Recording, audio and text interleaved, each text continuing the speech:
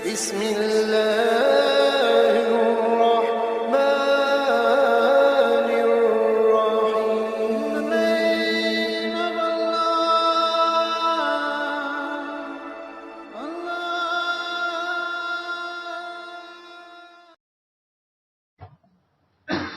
أعوذ بالله من الشيطان الرجيم. بسم الله الرحمن الرحيم. أأنتم أشد خلقا أم السماء بناها رفع سمكها فسواها وأغطش ليلها وأخرج ضحاها والأرض بعد ذلك دحاها أخرج منها ماءها ومرعاها والجبال أرساها متاعا لكم ولأنعامكم فإذا جاءت الطامة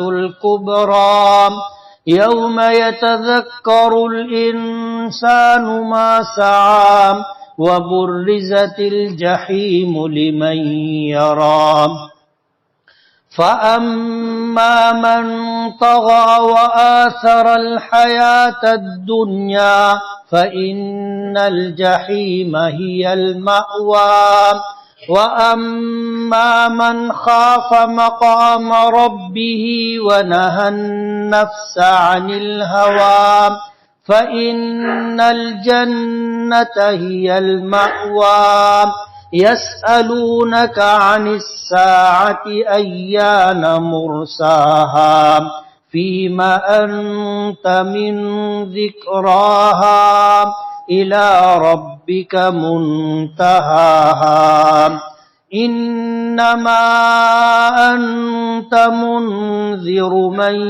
يخشاها كأنهم يوم يرونها لم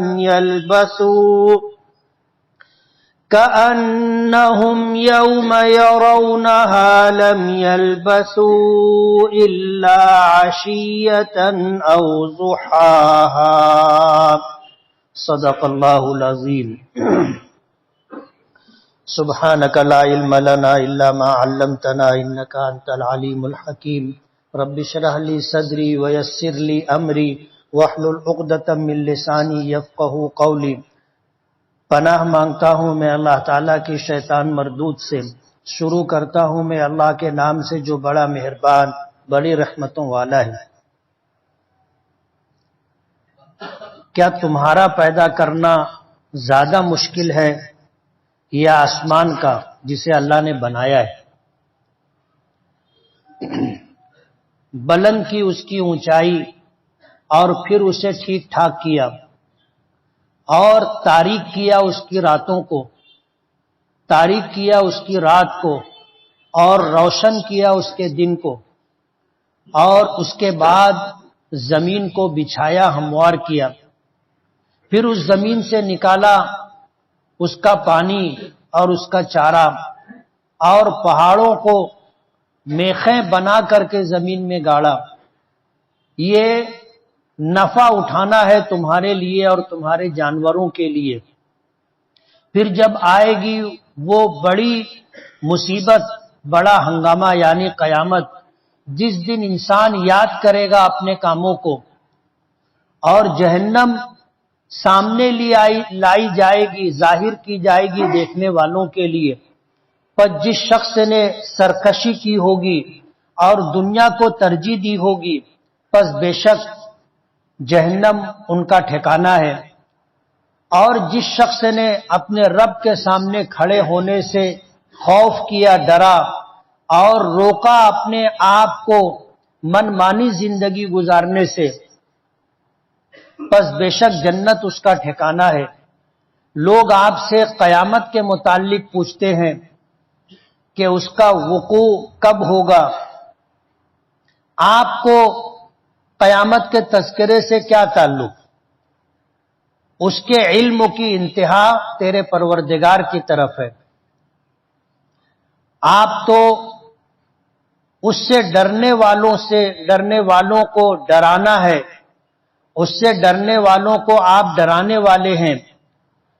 گویا کہ وہ دن جب لوگ اسے دیکھیں گے تو ایسا گمان کریں گے کہ دنیا میں نہیں رہے مگر تھوڑا سا شام کا وقت یا تھوڑا سا دن کا وقت۔ یہ سورہ نازعات کا دوسرا رکوع ہے جس کی تلاوت کی، جس کا ترجمہ آپ نے سنا۔ اوپر کا مضمون ذہن میں ہوگا تو آگے کی آیات کا سمجھنا آسان ہوگا۔ قیامت کا تذکرہ اوپر سے آ رہا تھا، قیامت سے پہلے جو حالات پیش آئیں گے اس کا تذکرہ تھا، اور پھر جو لوگ اللہ کی نافرمانی کر رہے تھے، قیامت کو اور قیامت سے پہلے آنے والی نشانیوں کو جھٹلا رہے تھے، پیغمبر علیہم الصلاۃ والسلام کی تعلیمات سے منہ موڑ رہے تھے، میدان محشر میں انہیں اکٹھا کیا جائے گا اس بات کی تکذیب کر رہے تھے۔ ایسے لوگ بھی تھے جو یہ کہتے تھے کہ میں ہی تمہارا بلند و بالا پروردگار ہوں۔ ایسے لوگوں کو آخرت کے عذاب سے پہلے دنیا کے عذاب میں بھی مبتلا کیا گیا۔ اس کے بعد پہلے رکوع کی آخری آیت میں اللہ پاک نے فرمایا تھا ان فی ذلک لعبرۃ لمن یخشی، کہ یہ جو مضامین اوپر سے بیان کیے گئے قیامت کا اور قیامت سے پہلے حالات کا، اور ہم سے پہلے جو قومیں گزری ان پر اللہ پاک کی طرف سے جو گرفت ہوئی عذاب آیا، اس میں عبرت ہے۔ کس کے لیے؟ لمن یخشی، جو ڈرے۔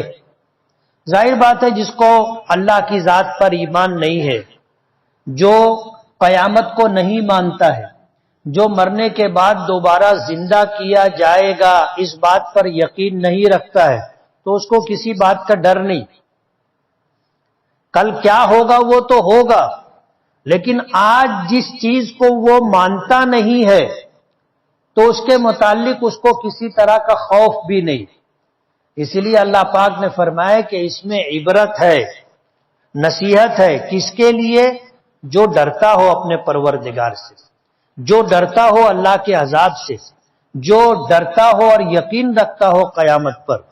اور ظاہر بات ہے قیامت آئے گی، قیامت آئے گی، یہ دنیا ختم ہو جائے گی اور اللہ پاک پھر تمام مخلوقات کو دوبارہ زندہ کریں گے، اور یہ بات اللہ کے لیے کوئی ایسی مشکل بات نہیں ہے۔ پہلی آیت میں اللہ پاک نے فرمایا اَأَنتُمْ أَشَدُّ خَلْقًا أَمِ السَّمَاءُ بَنَاهَا، یہ پوری کائنات اللہ نے بنائی، تو اللہ کے سامنے پہلے سے کوئی مثال نہیں تھی کہ اللہ نے پہلے آدمی کو بنایا تھا، اب بنانے کے بعد پتہ چلا کہ اس میں یہ کمی ہے، یہ کمی ہے، وہ کمی ہے۔ اللہ کے سامنے کوئی مثال تھی؟ اللہ نے اس کو دیکھ کر کے انسان کو بنایا ہو؟ ایسا نہیں۔ اللہ تعالیٰ کا علم محیط ہے ہر چیز کو، ہر چیز کے تمام تر علوم اللہ کے پاس ہے۔ ظاہر بات ہے جب اللہ علیم و خبیر ہے، ہر چیز کا علم اس کے پاس ہے، اور بغیر کسی مثال کے، بغیر کسی چیز کو دیکھے اللہ نے مخلوقات کو پیدا کیا ہے۔ اللہ نے کسی انسان جیسی مخلوق کو دیکھا نہیں تھا کہ اس کو دیکھ کر کے انسانوں کو بنایا۔ ہاتھی جیسی کوئی مخلوق اللہ نے دیکھی نہیں تھی کہ اس کی مثال کو سامنے رکھ کر اللہ نے ہاتھی کو پیدا کیا۔ یہ ایک مثال ہے، ورنہ کائنات میں جتنی مخلوقات ہیں، کتنی ہے، کیا ہے، اللہ کو علم ہے۔ ہر چیز کو اللہ نے پہلی مرتبہ بنایا اور اللہ نے اپنی قدرت سے اسے کامل و مکمل بنایا۔ جیسے انسان، اللہ نے اس کو پہلی مرتبہ پیدا کیا اور ایسا بنایا کہ ہر اعتبار سے اللہ نے اس کو مکمل بنایا۔ ایسا نہیں تھا کہ حضرت آدم علیہ السلام کے زمانے میں جو لوگ تھے وہ ہم سے مختلف تھے، ایسا نہیں تھا، وہ ہماری طرح تھے۔ سر تھا، دو آنکھیں تھی، ناک تھی، کان تھا، ہونٹ تھے، منہ تھا، زبان تھی، دانت تھے، گلا تھا، دونوں ہاتھ، کاندھے، پیر، نیچے تک اللہ نے جیسے اس زمانے میں انسان تھے ویسے ہی آج ہے، اور جیسے آج ہیں ایسے ہی اس وقت بھی تھے۔ یہ اللہ تعالیٰ کی قدرت ہے اور کامل قدرت ہے۔ اللہ کا علم ہر شے کو محیط ہے۔ اللہ نے بغیر کسی مثال کے اس کائنات کی تمام مخلوقات کو پیدا کیا، جس میں چھوٹی مخلوقات بھی ہیں اور بڑی سے بڑی مخلوقات بھی۔ مخلوقات میں اس دنیا میں اشرف المخلوقات انسان ہے، اور یہی انسان مکلف ہے، یہی انسان مکلف ہے اللہ پر ایمان لانے کا، انبیاء کرام علیہم الصلاۃ والسلام پر ایمان لانے کا، اللہ تعالیٰ کی کتابوں پر، اللہ تعالیٰ کی بنائی ہوئی تقدیر پر، اللہ تعالیٰ کے قادر مطلق ہونے پر، فرشتوں کے وجود پر، اچھی بری تقدیر، دوبارہ زندہ ہونا، آخرت کا دن، قیامت، ان ساری چیزوں کو ماننا ایمان ہے۔ آدمی اس کا مکلف ہے۔ انسان مکلف ہے، دوسری مخلوقات مکلف نہیں ہے، اور تمام مخلوقات میں اللہ نے انسان کو اشرف بنایا۔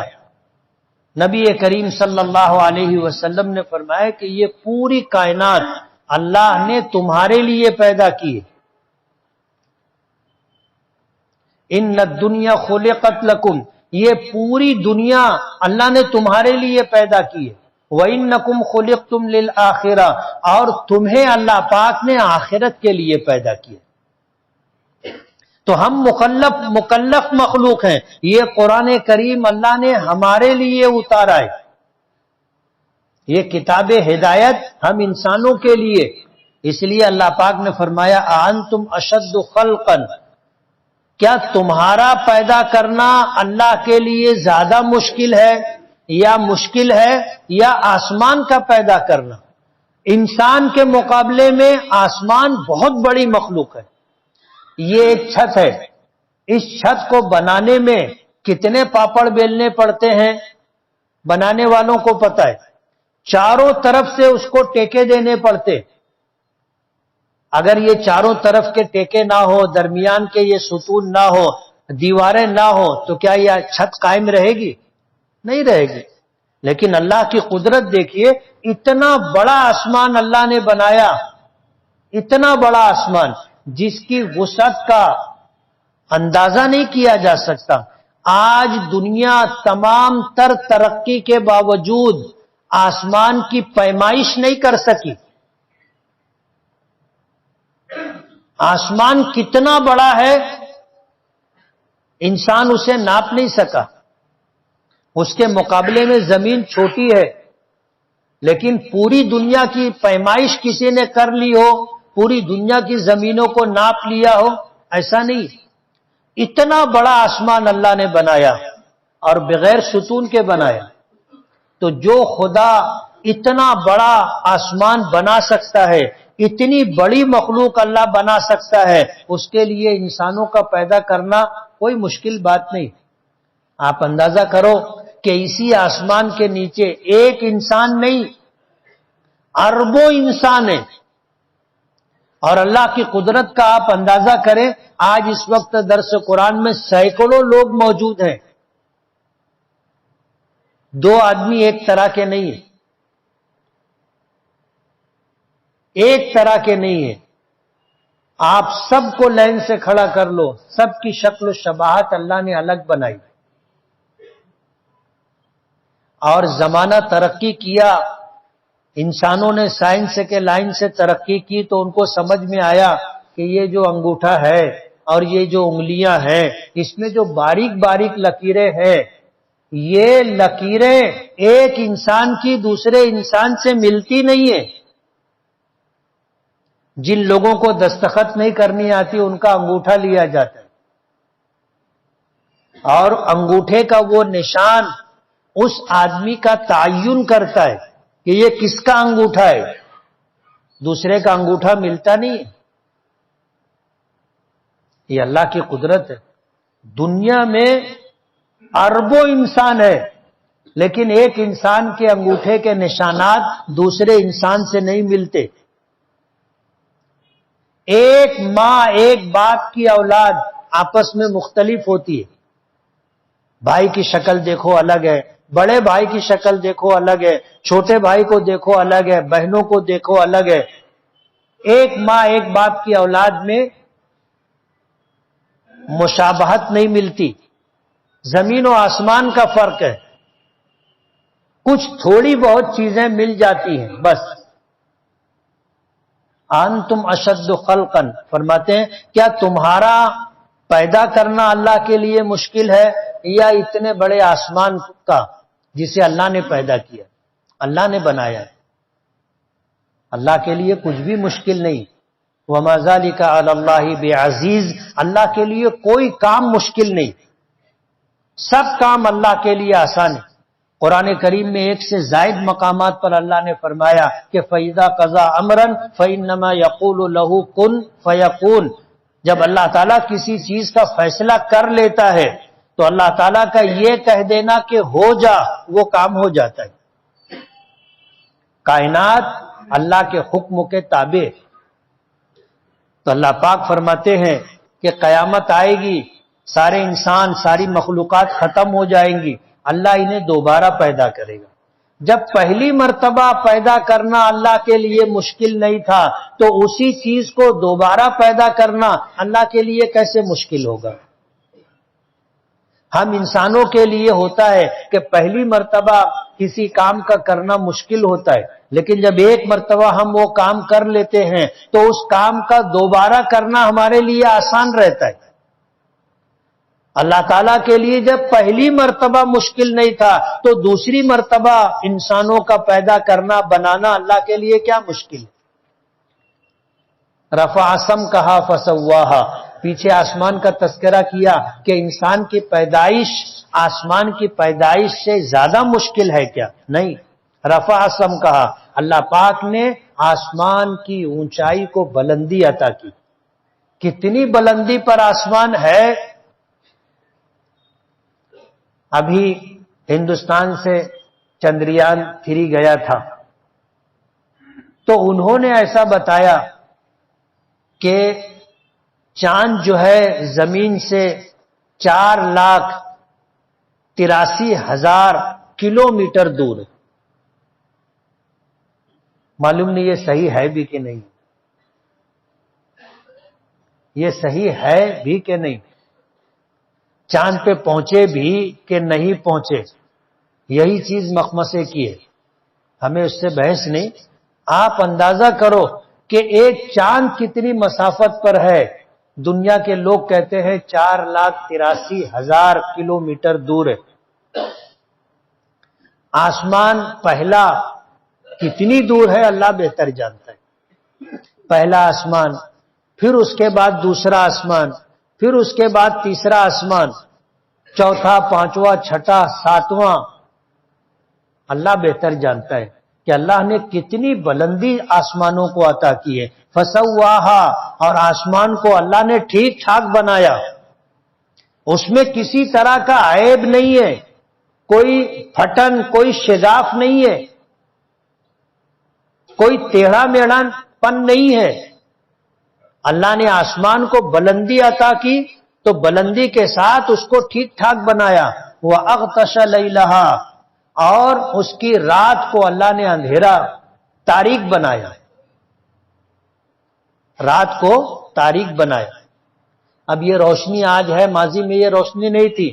روشنی کے لیے لوگ چراغ جلاتے تھے، اور جہاں چراغ بھی نہیں ہوتا تھا وہاں چاندنی اور ستاروں کی روشنی ہوتی تھی. اور ایسا بھی ہوتا تھا کہ پھر چاند بھی نہیں رہتا تھا، ستاروں کی چمک بھی نہیں رہتی تھی. رات اتنی تاریک ہوتی تھی کہ آدمی انسان کو اپنا ہاتھ نہیں دکھائی دیتا تھا. وَأَغْطَشَ لَيْلَهَا، اس کی رات کو اللہ نے تاریک بنایا. وَأَخْرَجَ ضُحَاهَا، اور نکالا اس کی روشنی کو. مفسرین نے ترجمہ کیا اور روشن کیا اس کے دن کو. ضحاها نہارہا، اس کے دن کو روشن کیا. دن اتنا روشن ہوتا ہے کہ اگر اتنی روشنی ہم کہیں سے لانا چاہیں تو ہمارے بس کی بات نہیں ہے۔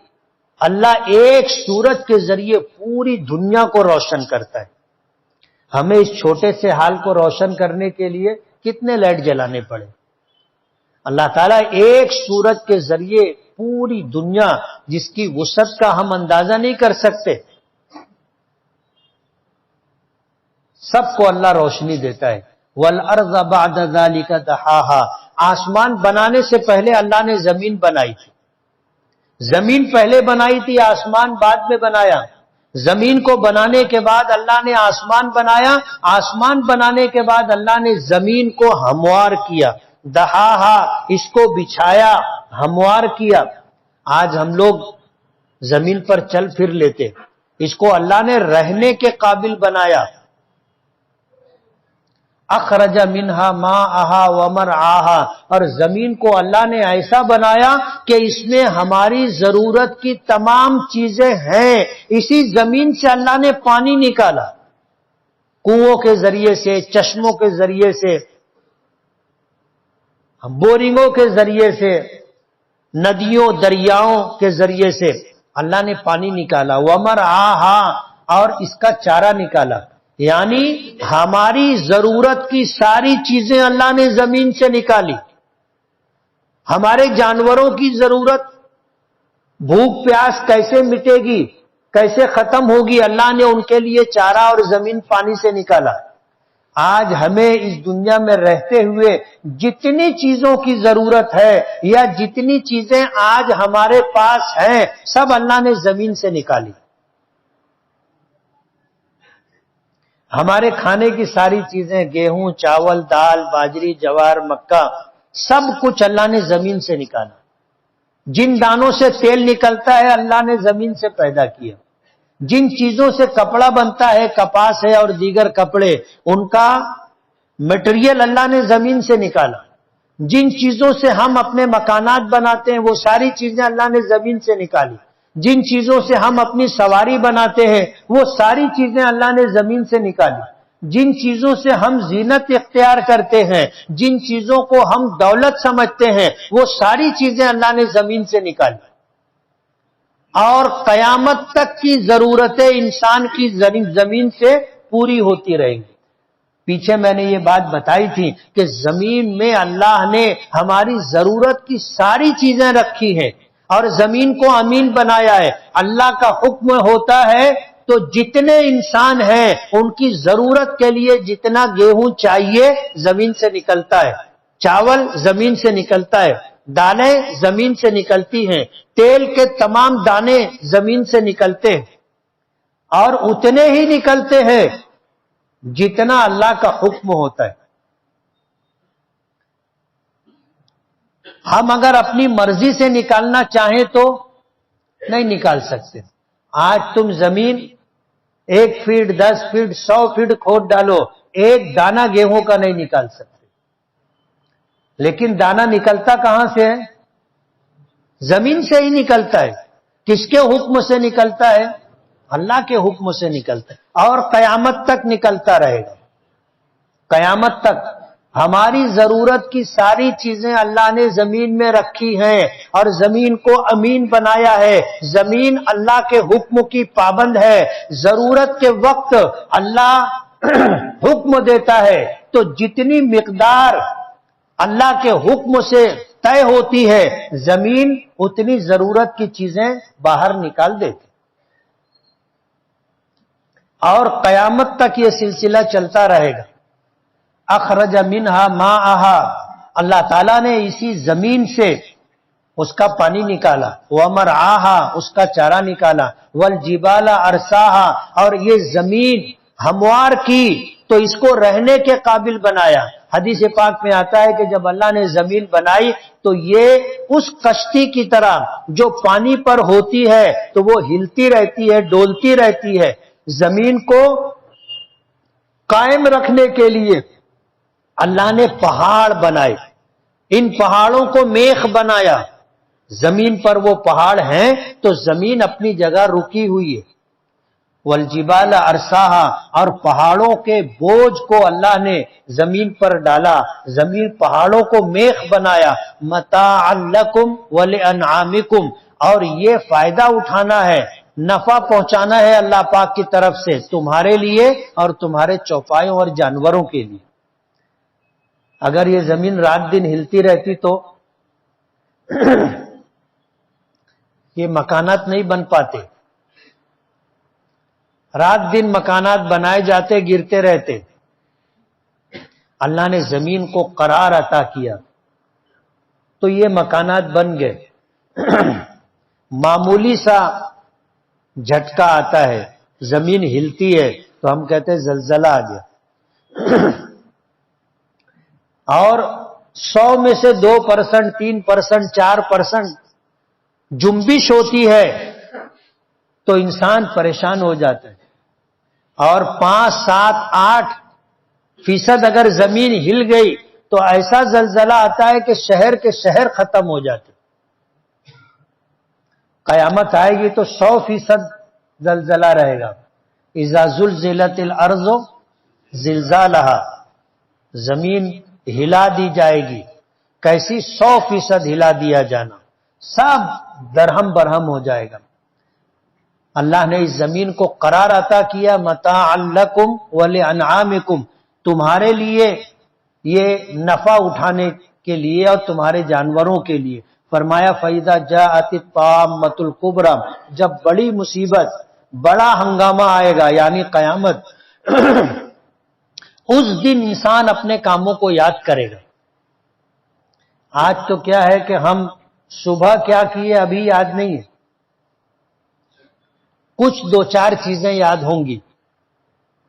جب بستر پر جاؤ گے تو مراقبہ کرنا، آنکھ بند کر کے، تھوڑا سا سر جھکا کر کے غور کرنا کہ صبح اٹھنے سے لے کر کے اب تک میں نے کیا کیا کیا، کتنے کام اچھے کیے، مجھ سے کتنی غلطیاں ہوئی، کتنی کوتاہیاں ہوئی۔ آپ یاد کرو گے تو آج یہ 10-12 گھنٹے کی چیزیں یاد نہیں آئیں گی، اور جب روزانہ یہ تمہارا معمول ہوگا تو پھر تمہیں چیزیں یاد رہنے لگیں گی، اور رات میں سونے کے وقت مراقبہ کرو گے تو احساس ہوگا کہ ہم نے دن بھر میں کیا کیا، کتنی نیکیاں کی اور کتنے گناہ، کتنی غلطیاں ہم سے ہوئیں۔ جب یہ احساس ہوگا تو آدمی سونے سے پہلے توبہ کر لے گا، نیکیوں پر اللہ کا شکر ادا کرے گا، اور جو گناہ کوتاہیاں ہو گئی ان پر اللہ سے معافی طلب کرے گا۔ لیکن جب قیامت آئے گی اور میدان محشر میں سب جمع ہوں گے، یوم یتذکر الانسان ما سعی، جس دن انسان اپنے کاموں کو یاد کرے گا، اپنے اعمال کو یاد کرے گا کہ میں دنیا میں تھا، میں نے کیا کیا کیا۔ وبرزت الجحیم لمن یری، اور جہنم سب کے سامنے لائی جائے گی۔ بعض مفسرین نے لکھا کہ جہنم کافروں کے سامنے لائی جائے گی۔ اکثر مفسرین کہتے ہیں کہ اس دن جہنم پوری دنیا انسانیت کے سامنے لائی جائے گی۔ اہل ایمان دیکھیں گے جہنم کو اور جہنم کے عذاب کو تو اللہ کا شکر ادا کریں گے کہ اللہ نے اس بڑی مصیبت سے ہمیں بچا لیا۔ اور کافر جو جہنم کا، قیامت کا، آخرت کے عذاب کا، آخرت کے دن کا انکار کرتے تھے، جب وہ جہنم کو دیکھیں گے تو ان کا غم اور ان کی مصیبت اور بڑھ جائے گی۔ وہ تو پہلے ہی جب دوبارہ زندہ کیے جائیں گے تو زندہ کیے جانے کو مانتے نہیں تھے، ماننے پہ مجبور ہو جائیں گے، تو پہلے سے ہی وہ خوف اور دہشت میں ہوں گے، اندیشوں میں مبتلا ہوں گے، اور جب جہنم دیکھ لیں گے جس کا تذکرہ دنیا میں ان کے سامنے کیا جاتا تھا، مانتے نہیں تھے، انکار کرتے تھے، مذاق اڑاتے تھے، پیغمبروں سے کہتے تھے کہ عذاب لاؤ نا، جو عذاب تم بولتے ہو، ڈراتے ہو، بتاتے ہو، لاؤ۔ اور جب عذاب دیکھ لیں گے، جہنم دیکھ لیں گے، کیا ہوگا؟ جہنم ان کے سامنے لائی جائے گی۔ حدیث پاک میں آتا ہے کہ جہنم ہوگی اور اس پر فرشتے مامور ہوں گے، اور جہنم کی لگام کو تھامے ہوئے ہوں گے، جہنم اتنی غضبناک ہوگی کہ میدان محشر میں جتنے انسان ہیں سب کو کھا جانے کا ارادہ رکھتی ہوگی. فرشتے اسے روک رکھے ہوں گے. حدیث پاک میں آتا ہے جب وہ چنگھاڑے گی تو چنگاریاں نکل کر پورے میدان محشر میں آئیں گی. وَبُرِّزَتِ الْجَحِيمُ لِمَنْ يَرَى، میدان محشر میں جتنے انسان ہوں گے سب کے سامنے جہنم آ جائے گی. فَأَمَّا مَنْ طَغَى، پر جس شخص نے دنیا میں سرکشی کی تھی، نافرمانی کی تھی، اللہ اور اس کے رسول سے بغاوت کی تھی، وَآثَرَ الْحَيَاةَ الدُّنْيَا، اور دنیاوی زندگی کو آخرت پر ترجیح دی تھی، آخرت کا انکار کیا تھا یا آخرت کو مانا تھا لیکن دنیا کو آخرت پر ترجیح دی اور دنیا بنانے کی ہر ممکن کوشش کی، آخرت بنانے کے لیے کوشش نہیں کی. اس نے دنیا کو بہتر سمجھا آخرت کے مقابلے میں اور دنیا بنانے کی کوشش کی. فَإِنَّ الْجَحِيمَ هِيَ الْمَأْوَىٰ، اللہ پاک فرماتے ہیں جہنم ان کا ٹھکانہ ہوگا.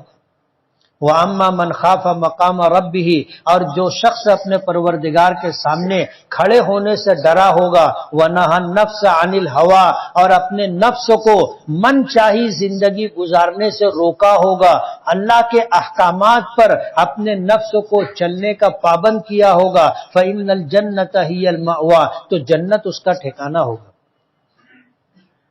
پیچھے میں نے یہ بات بتائی تھی کہ جب آدمی کے مرنے کا وقت آتا ہے تو عالم غیب اس کے لیے عالم مشاہدہ میں آتا ہے، اور وہ جنت میں جانے والا ہو تو اس کو پہلے جہنم بتائی جاتی ہے.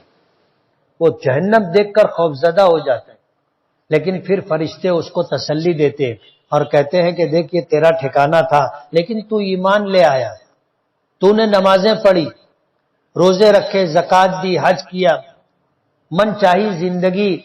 نفس چاہتا تھا گناہ کرنا لیکن تو نے نفس کو روک کے رکھا تھا. اب اللہ نے تیرا ٹھکانہ یہ بنایا، جنت دکھائی جاتی ہے. تو مرنے والا جب اپنا ٹھکانہ جنت دیکھ لیتا ہے چین اور سکون کے ساتھ مرتا ہے. اور جب قبر میں جاتا ہے تو سوال و جواب ہوتا ہے اور وہ صحیح جواب دیتا ہے. پھر فرشتے اسے کہتے نم کا نومت العروس، سو جا دلہن کی طرح بے خوف ہو کر، مطمئن ہو کر کے سو جا. تو یہ ایسا سوئے گا کہ جب قیامت میں دوسرا سور پھونکا جائے گا تو اس کی آنکھ کھلے گی. اور اس کے برعکس جو ایمان سے محروم رہا، اللہ کو ناراض کر کے زندگی گزارتا رہا، اللہ اس کے رسول کے احکامات سے سرتابی کی، منہ موڑا، من چاہی زندگی گزارا، نفس نے جو چاہا وہ کرتا رہا، تو مرنے کے وقت اس کو پہلے جنت بتائی جاتی تو وہ خوش ہو جاتا ہے، جنت دیکھ کے خوش ہو جاتا ہے. پھر فرشتے اس کو کہتے ہیں کہ تو ایمان نہیں لایا تھا، کفر کے ساتھ، شرک کے ساتھ اور نافرمانیوں کے ساتھ زندگی گزاری، تو اللہ نے تجھے اس سے محروم کر دیا، اب تیرا ٹھکانہ یہ. اس کو جہنم بتائی جاتی، وہ دیکھ کے تو خوفزدہ ہو جاتا، مرنا نہیں چاہتا، روح اس کے جسم سے نکلنا نہیں چاہتی، لیکن موت تو برحق ہے، مرنا پڑتا ہے. یہیں سے اس کے اوپر وہ خوف مسلط ہوتا ہے جہنم کو دیکھ کر کے کہ یہ ٹھکانہ ہوگا. یہ غم، یہ خوف لے کر کے دنیا سے جاتا ہے، میدان محشر میں پہنچے گا تو پہلے سے اس کو خوف ہوگا اور پھر جنت وَبُرِّزَتِ الْجَحِيمُ لِمَنْ يَرَى، جہنم اس کے سامنے لے آئی جائے گی کہ مرنے کے وقت تجھے دور سے بتائی گئی تھی، اب یہ سامنے ہے. يَسْأَلُونَكَ عَنِ السَّاعَةِ، لوگ آپ سے قیامت کے بارے میں پوچھتے. مشرکین مکہ حضور سے آگے پوچھا کرتے تھے محمد قیامت کب آئے گی؟ تنزیہ پوچھنا. کچھ ایسے لوگ بھی ہوتے تھے جو پوچھتے تھے قیامت کب آئے گی، اور وہ پیغمبر کو تانا دینا یا پیغمبر کا مذاق اڑانا یا طنز کرنا مقصود نہیں ہوتا تھا، لیکن جانکاری کے لیے پوچھتے تھے قیامت کب آئے گی. حدیث پاک میں اس کا تذکرہ ملتا ہے کہ نبی کریم صلی اللہ علیہ وسلم سے کسی نے پوچھا قیامت کب آئے گی، متی الساعہ یا رسول اللہ کے رسول قیامت کب آئے گی یا اس کی نشانیاں کیا ہے؟ حضور پاک صلی اللہ علیہ وسلم نے لا علمی کا اظہار کیا۔ حدیث پاک میں آتا ہے جبرائیل آئے تو جبرائیل سے پوچھا کہ جبرائیل قیامت کب آئے گی؟ تو انہوں نے ایسے بتایا۔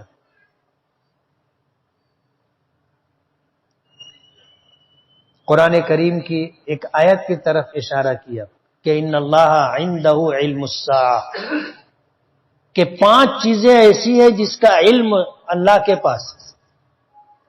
ان اللہ عنده علم الساعہ، ترجمے کے اعتبار سے یہ ہے کہ بے شک اللہ ہی کے پاس قیامت کا علم ہے۔ ہی کا مطلب سمجھتے ہو نا کہ اللہ کے علاوہ کسی کے پاس اس کا علم نہیں ہے قیامت کب آئے گی۔ حضور نے نشانیاں بتائی، اللہ کے رسول صلی اللہ علیہ وسلم کو قیامت کے آنے سے پہلے کیا علامات اور نشانیاں ہیں وہ بتائی گئی، لیکن اس کا صحیح وقت، اس کا تعین، اس کا تقرر اللہ پاک نے نہیں بتایا۔ اس کا علم اللہ ہی کے پاس ہے۔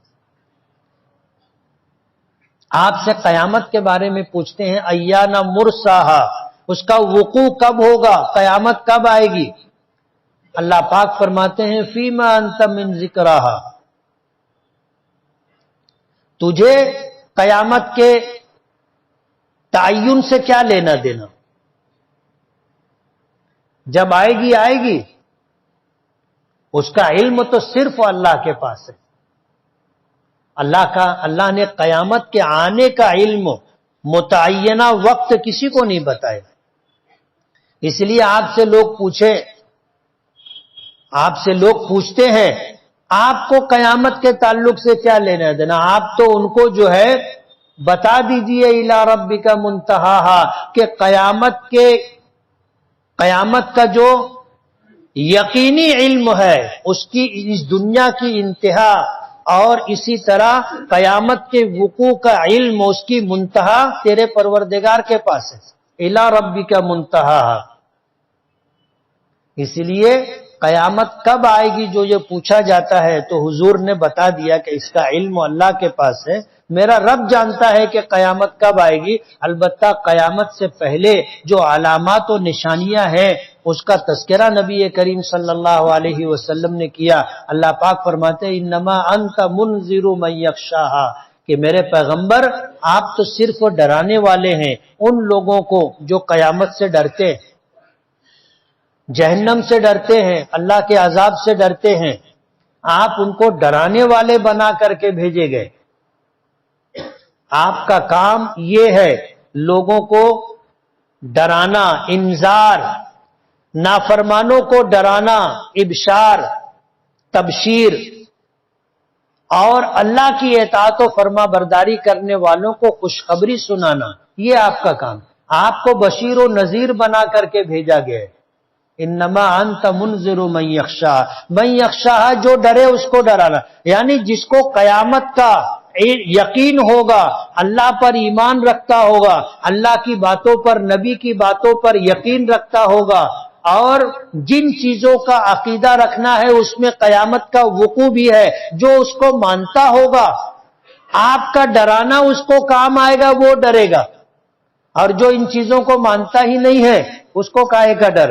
ڈرانے سے بھی وہ آدمی ڈرنے والا نہیں ہے۔ کأنہم یوم یرونہا، اور اس دن گویا ایسا لگے گا قیامت کے دن جب آدمی جہنم کو، قیامت کو دیکھے گا تو قیامت کو، میدان محشر کے دن کو دیکھنے کے بعد اس دنیا میں اپنی زندگی کے متعلق وہ ایسا سمجھے گا لم یلبثوا الا عشیۃ او ضحاہا، کہ وہ تو اس دنیا میں آدھا دن یا اس سے کچھ کم رہا۔ عشیہ کہتے ہیں ظہر کے بعد سے سورج غروب ہونے تک کے وقت کو، اور ضحا کہتے ہیں سورج طلوع ہونے سے لے کر کے زوال تک کے وقت کو۔ یہ آدھا دن ہوا۔ پورا دن سورج طلوع ہونے سے سورج ڈوبنے تک یہ پورا دن، اور اس کا آدھا زوال جب ہوتا ہے تو پہلے حصے کو ضحا کہتے ہیں اور دوسرے حصے کو عشیہ کہتے ہیں۔ تو میدان محشر میں جب لوگ پہنچیں گے اور قیامت، جہنم، جنت، یہ سارے ماحول کو دیکھیں گے تو ایسا ان کو لگے گا جیسے دنیا میں صرف آدھا دن رہے، صبح سے دوپہر تک یا دوپہر سے شام تک۔ آپ سوچو، آخرت کے مقابلے میں ہمیں ایسا گمان ہوگا کہ ہم اس دنیا میں چند گھنٹہ رہے۔ کتنا رہے؟ چند گھنٹہ۔ آخرت کے مقابلے میں اس دنیا کی کوئی حیثیت نہیں ہے۔ یہ دنیا ختم ہوگی اور آخرت کبھی ختم نہیں ہوگی، اور اس پوری دنیا کی پیدائش سے لے کر کے قیامت تک کا جو زمانہ ہے، آخرت کے مقابلے میں ایسا ہے جیسے پلک جھپکتی ہے، ایک لمحہ یا اس سے بھی کم۔ یہ زندگی جو اللہ پاک نے ہمیں دی ہے، یہ تھوڑی سی زندگی رب چاہی ہم گزار لیں، ایمان لا کر اللہ اس کے رسول کے حکموں کے مطابق گزار لیں، دنیا میں نصیب سے جو ملنا ہے وہ ہر حال میں ملے گا، لیکن اپنی کوشش آخرت بنانے کی جو ہوگی، یہ کوشش ہمیں کل اس طرح کام آئے گی کہ جنت میں جانے کے بعد بھی آدمی کو دنیا میں وہ اوقات جو غفلت میں گزر گئے اس پر حسرت ہوگی۔ حدیث پاک میں آتا ہے جب جنتی جنت میں جائے گا اور جنت میں جو نعمتیں اللہ پاک اسے عطا کرے گا، ان نعمتوں میں نعمتیں ایسی بھی ہوں گی جو ایک مرتبہ سبحان اللہ کہنے پر ملی ہوگی، ایک مرتبہ الحمدللہ کہنے پر ملی ہوگی، ایک مرتبہ اللہ اکبر کہنے پر، ایک مرتبہ لا الہ الا اللہ کہنے پر ملی ہوگی۔ تو وہ سوچے گا کہ دنیا میں میرے جو اوقات اللہ کے ذکر کے بغیر گزر گئے، کاش میں اس پورے وقت میں اللہ کا ذکر کرتے رہتا۔ نبی کریم صلی اللہ علیہ وسلم نے نماز، روزہ، زکوٰۃ، حج، قرآن کریم کی تلاوت کے ساتھ اپنے ماننے والوں کو، ایمان والوں کو حکم دیا کہ اگر ہو سکے تو تم دنیا میں ایسے رہو کہ تمہاری زبان ہمیشہ اللہ کے ذکر سے تر و تازہ رہے۔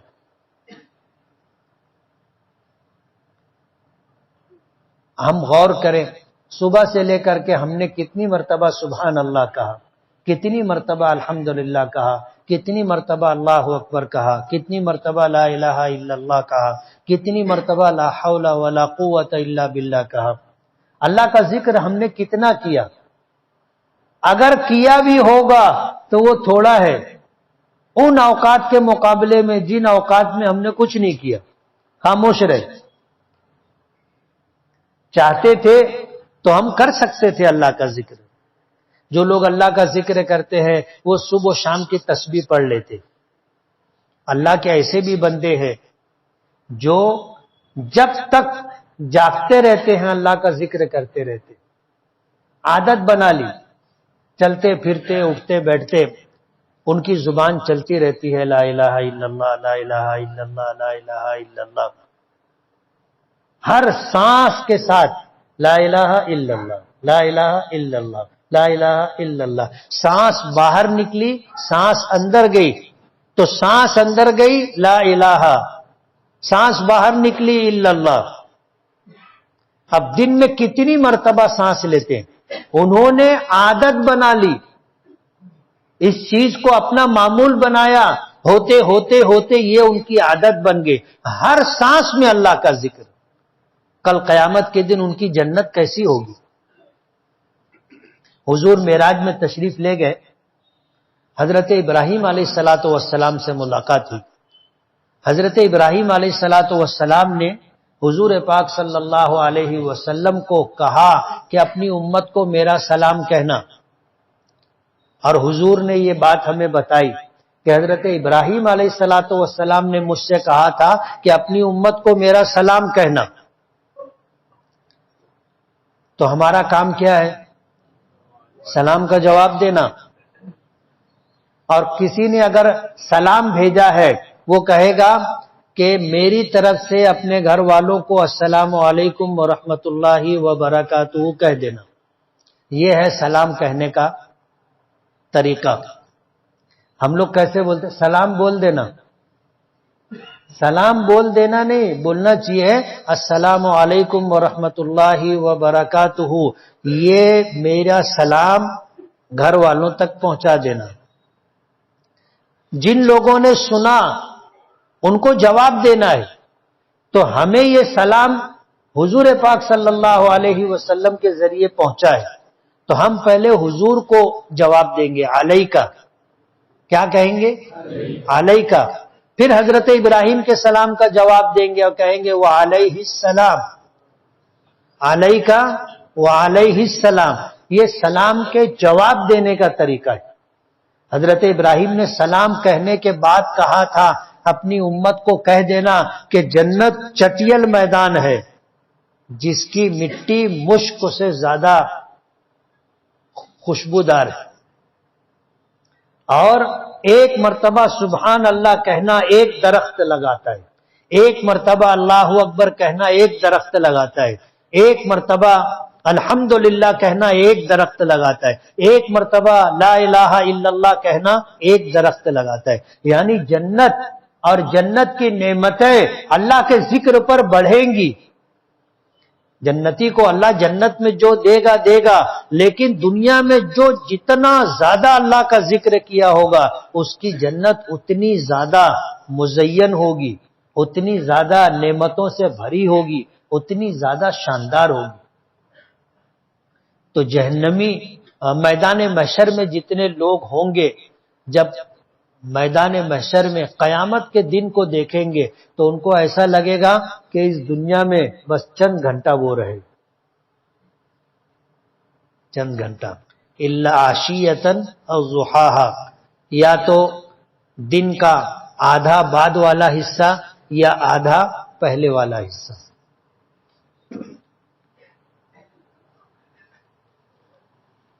زید کے والد نے 2 شادی کی، پہلی بیوی کو طلاق دی،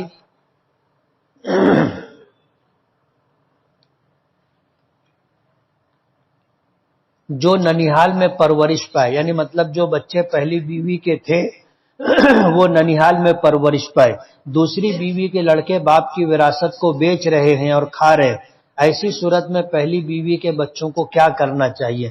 5 حضرات کے ذریعے اپنے حق کا مطالبہ کرنا چاہیے۔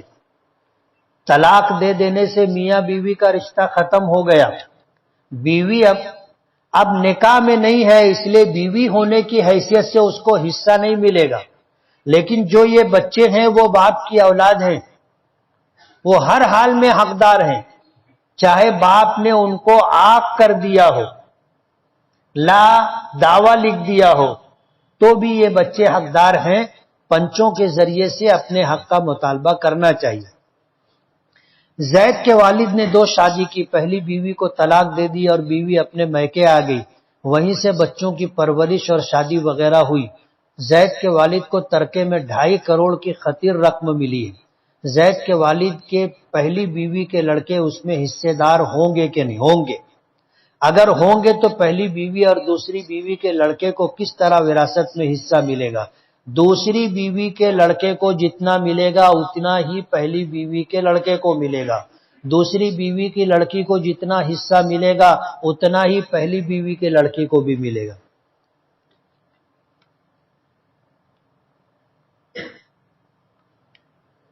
یہ بھی وہی سوال ہے۔ زید کا قد کم ہے، وہ چاہتا ہے کہ اس کا قد بڑھ جائے، اس کے لیے کوئی عمل یا وظیفہ اللہ سے دعا کرے، اللہ کے لیے کچھ مشکل نہیں۔ مذاق کرنا کیسا ہے؟ مذاق جائز ہے، لیکن مذاق ویسا ہی کرنا چاہیے جس کو برداشت کیا جا سکے اور آدمی خوش ہو جائے۔ کسی کا ایسا مذاق نہیں بنانا چاہیے کہ اس کی بے عزتی ہو جائے۔ حضور پاک صلی اللہ علیہ وسلم کی خدمت میں ایک بوڑھی عورت آئی اور آ کر کے اس نے کہا کہ میں جنت میں جاؤں گی، تو حضور نے فرمایا کہ بوڑھی عورت جنت میں نہیں جائے گی۔ وہ تو پریشان ہو گئی، بوڑھی تھی، اس کی پریشانی کو دیکھ کر کے حضور نے فرمایا اللہ کی بندی، تو بوڑھی ہونے کی حالت میں جنت میں نہیں جائے گی، اللہ تجھے جوان کر دے گا۔ جوان ہو کر کے تو جنت میں جائے گی۔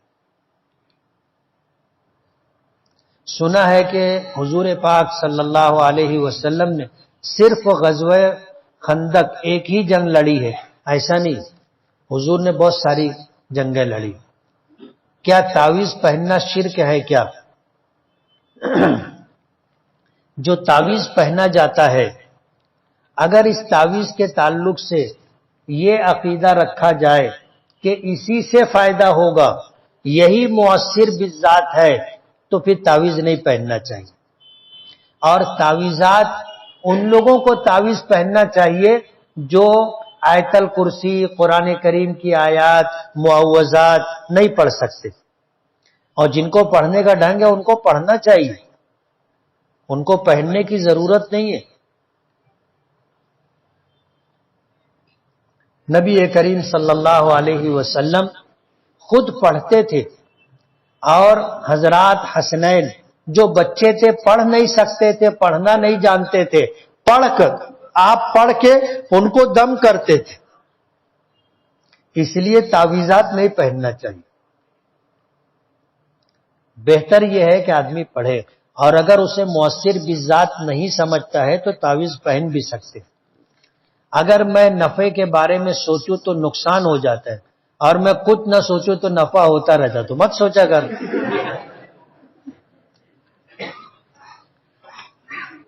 کہتے ہیں نا، اللہ پاک فرماتے ہیں، حدیث قدسی ہے، انا ظن عبدی بی، انا عند ظن عبدی بی، میں اپنے بندے کے گمان کے مطابق اس کے ساتھ معاملہ کرتا ہوں۔ جو آدمی سوچتا ہے کہ یار مورا کا ہوئیے تو کا ویسا ہی ہو جاتا۔ ہمیشہ اللہ سے اچھا گمان رکھنا چاہیے، اللہ سے اچھا گمان رکھو، اچھا ہوگا۔ حضرت عیسیٰ علیہ السلام چاروں سلسلوں میں سے کس سلسلے میں آئیں گے معلوم نہیں۔ موبائل کے غلط استعمال کی وجہ سے گھر میں تنگی آ سکتی ہے کیا؟ گناہوں کی نحوست ہوتی ہے، جیسے نیکیوں کی برکات ہوتی ہیں، اسی طرح گناہوں کی نحوست بھی ہوتی ہے۔ موبائل کا غلط استعمال نحوست، مصیبت، بلائیں، پریشانیاں لاتا ہے۔ ٹیچر حضرات چھوٹے بچوں کو اسکول میں ایکشن سانگ اور گیت کے نام پر نچواتے ہیں، ان کا یہ عمل درست ہے کیا؟ جائز نہیں۔ ناچنا گانا ہماری شریعت میں حرام ہے۔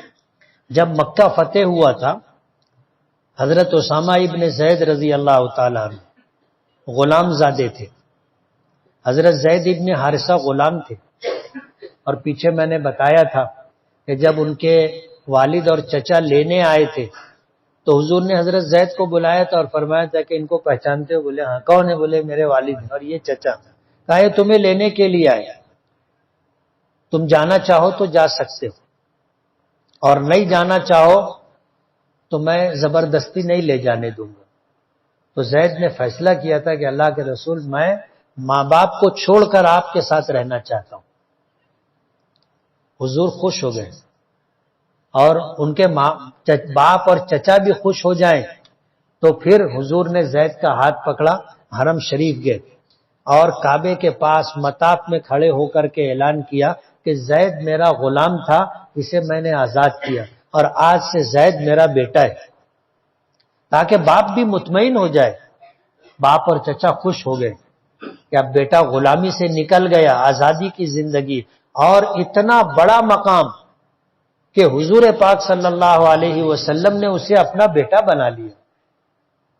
ان کے بیٹے تھے اسامہ، اور وہ زمانہ تھا کہ غلامی اور آزادی کو لوگ سمجھتے تھے، غلاموں کی زندگی کیسی ہوتی تھی لوگوں نے دیکھا تھا، اور آزادی کا کیا مقام و عزت تھی وہ بھی دیکھا تھا۔ لیکن جو غلام زادے یعنی غلام کی اولاد ہوتی تھی ان کو عزت کم ملتی تھی، لیکن حضور نے فتح مکہ کے موقع پر اپنے ساتھ سواری پر حضرت اسامہ کو بٹھایا تھا، حسن اور حسین کو نہیں بٹھایا۔ آپ اندازہ کرو کہ حضرت اسامہ سے حضور کو کتنی محبت تھی۔ جب مکہ فتح ہوا تو خوشی میں حضرت اسامہ جوش میں آ گئے اور اچھلنے لگے، تو حضور نے فرمایا علیکہ یا اسامہ، ماہ یا اسامہ، اسامہ رکو رکو رکو، میری شریعت میں خوشی کے موقع پہ ناچنا حرام ہے اور غمی کے موقع پہ نوحہ اور ماتم کرنا حرام ہے۔ تو ہماری شریعت میں ناچ گانے کی کوئی گنجائش نہیں ہے، کوئی جگہ نہیں ہے۔ جو ٹیچر مسلمانوں کے بچوں کو یہ کام سکھاتے ہیں ان کو نہیں کرنا چاہیے۔ کریں گے بچے، گناہ کس کو ملے گا؟ جس نے سکھایا ہے، کروایا ہے اس کو۔ بچے تو ابھی بچے ہیں، مکلف بھی نہیں ہے، ان کو کیا معلوم ناچنے گانے کا کام ثواب کا کام ہے کہ گناہ کا کام ہے۔ جو لوگ عمرہ کرنے جاتے ہیں وہ لوگ وہاں رہتے ہوئے احرام باندھ کر مطاف میں چلے جاتے ہیں اور طواف کرتے رہتے ہیں اور اندر نماز وغیرہ پڑھتے رہتے ہیں۔ ایسا کرنا کیسا ہے؟ یہ وہاں کا ایک نظام ہے، صحیح ہے یا غلط ہے یہ قابل غور ہے۔ انتظامی لائن سے انہوں نے ایسا نظام بنایا کہ مطاف میں وہی لوگ جا سکتے ہیں جو احرام کی حالت میں ہوں گے، حالانکہ ان کو اس طرح روکنے کا حق نہیں۔ اللہ کا گھر ہے، جو پہلے آئے گا وہ آگے پوری مسجد میں جہاں جانا چاہے وہ جا سکتا ہے۔ آپ روکنے والے کو، اگر اپنی مسجد میں ایسا انتظام ہو جائے کہ بھائی کیلے والے پہلی صف میں آئے، نیا پورے والے پیچھے جائے، تو کیا یہ صحیح ہے؟ تو ایسا نظام بنانا کہ جو احرام میں ہوگا وہ نیچے جائے گا مطاف میں، نہیں تو اوپر جاؤ۔ انتظامی لائن سے ایسا انہوں نے کیا ہے۔ ہاں اگر حرم پورا بھرا رہتا اور اوپر کوئی نہیں جاتا، سب نیچے گھستے، تو ایک ترتیب بنائی جا سکتی تھی۔ نیچے پورا مطاف خالی رہتا ہے اور یہ سب کو اوپر بھیجتے رہتے، نیچے اور مطاف کے علاوہ پوری مسجد حرام لاکھوں آدمی سما سکتے ہیں، ایسا خالی رہتا ہے اور وہ جانے نہیں دیتے۔ اس لیے یہ نظام ہی ہمارے حساب سے تو ٹھیک نہیں۔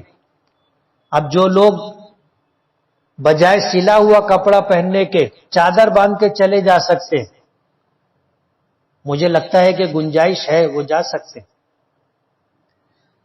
شہر کے سیٹھ حضرات زکوٰۃ نہ دینا پڑے، رمضان کے پہلے زمین پلاٹ، کارخانہ، بلڈنگ وغیرہ کا کام شروع کر دیتے ہیں، یہ کہاں تک درست ہے؟ اگر ان کی نیت زکوٰۃ بچانے کی ہے تو آپ سمجھ سکتے ہو جیسی نیت ویسی برکت، اور اگر یہ نیت نہیں ہے کہ زکوٰۃ بچانا ہے، ایک نظام بنا، پروگرام بنا، انہوں نے زمین خرید لی، شیڈ بنانا شروع کر دیا، گھر بنانا شروع کر دیا، تو بنا سکتے۔ مزدور بڑھانے کو کہتا ہے تو کہا جاتا ہے کام دیکھ لو دوسری جگہ، یہ درست ہے کیا؟ مزدوری ماحول دیکھ کر طے کی جاتی ہے، یعنی عام طور پر جو مزدوری ہے وہ مزدوری دینا چاہیے، مزدوروں کا استحصال نہیں ہونا چاہیے کہ کوئی آدمی مزدوری ایک کام کی 10 روپیہ دے رہا ہے، آپ 10 روپیہ نہیں دے رہے، 9 روپیہ دے رہے، 8 روپیہ دے رہے، 7 روپیہ دے رہے، کم دے رہے، ایسا نہیں ہونا چاہیے۔ اور اس موقع پر مزدور کو یہ کہنے کا حق ہے کہ آپ مزدوری بڑھاؤ، اور اگر مزدوری 10 روپیہ ہے اور آپ کو 10 روپیہ مل رہا ہے، پھر آپ بولتے ہو مزدوری بڑھاؤ، تو یہ مالک کی مرضی پر ہے، وہ بڑھانا چاہے بڑھائے، نہیں بڑھانا چاہے نہیں بڑھائے۔ اور اگر آپ ضد کر رہے ہو تو وہ یہ کہہ سکتا ہے کہ دوسری جگہ کام دیکھ لو جہاں تم کو زیادہ ملے۔ اب ظاہر بات ہے کہیں زیادہ نہیں مل رہی ہے تو اس کو کہاں زیادہ مل جائے گی؟ تو اگر ماحول کے اعتبار سے جس جگہ آدمی کام کر رہا ہے وہاں مزدوری کم ہے تو مزدوری بڑھانے کا مطالبہ کر سکتا ہے، اور اگر سیٹ مزدوری برابر دے رہا ہے تو اب اگر یہ مطالبہ کر رہا ہے تو پھر سیٹ کی مرضی پر ہے، وہ بڑھا کے دینا چاہے تو بڑھا کے دے، نہیں تو یہ کہہ سکتا ہے کہ میرے یہاں یہی مزدوری ملے گی۔ اگر راضی ہو، قبول ہو تو ٹھیک ہے، اور اگر آپ اس پہ راضی نہیں ہو تو جہاں آپ کو زیادہ مزدوری ملتی ہو آپ جا سکتے ہیں۔ صرف 26-27 رجب کا روزہ رکھ سکتے ہیں کیا؟ رکھ سکتے ہیں۔ کسی دن کا تعین کر کے رکھنا یہ مناسب نہیں. کیف متفق آپ رکھ سکتے ہیں.